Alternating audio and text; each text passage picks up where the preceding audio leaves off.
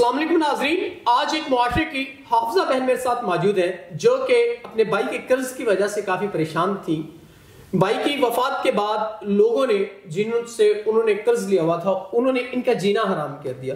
یہ کافی پریشان حالت میں ہمارے پاس آئیں بڑی امید لے کے، اور ہم بھی ان کو دلاسا دیا کہ کوئی اچھا انسان ہی آپ کے تمام تر معاملات حل کرتے ہوئے آپ سے نکاح کرے گا۔ باقی آئیے جانتے ہیں ان کے معاملات ان سے۔ السلام علیکم۔ وعلیکم السلام۔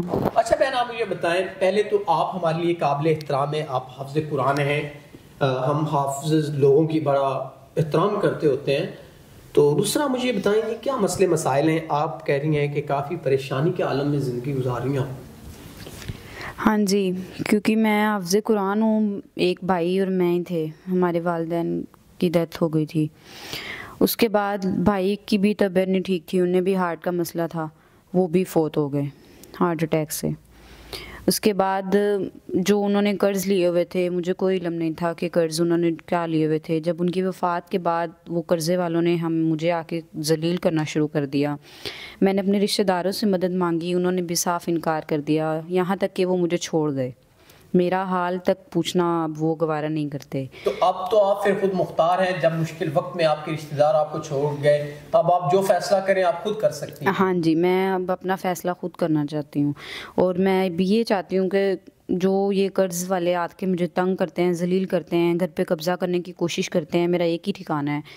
میں اب یہ چاہتی ہوں کہ کوئی ایسا انسان ہو جو یہ مطلب کہ میرے قرض ادا کرے، میری ضروریات کو پورا کرے، مجھے سمجھے، میں جیسی مطلب کہ گناہ سے بچنا چاہ رہی ہوں، مجھے اس گناہ سے بچائے اور مجھے اپنا نکاح میں کر لے۔ میں نکاح کرنا چاہتی ہوں۔ ناظرین، یہ بہن نکاح کرنا چاہتی ہیں، حافظ قرآن ہے، لیکن اپنے بھائی کے قرض کی وجہ سے ان کی زندگی اجیرن بہت مشکلات درپیش ہیں ان کو۔ تو اگر بہن آپ کے یہ تمام تر معاملات جو آپ کے بھائی کا قرض وغیرہ ہے کوئی ادا کر دیتا ہے صاحب استطاعت، تو آپ ان سے نکاح کر لیں گی پھر؟ ہاں جی، پھر میں تیار ہوں نکاح کرنے کے لیے۔ بس میری یہ جو قرض ہیں، یہ میری ضروریات ہیں، ان کو مد نظر رکھتے ہوئے مطلب کہ مجھ سے نکاح کر لے، اگر ہر ضروریات پوری کرے گا تو۔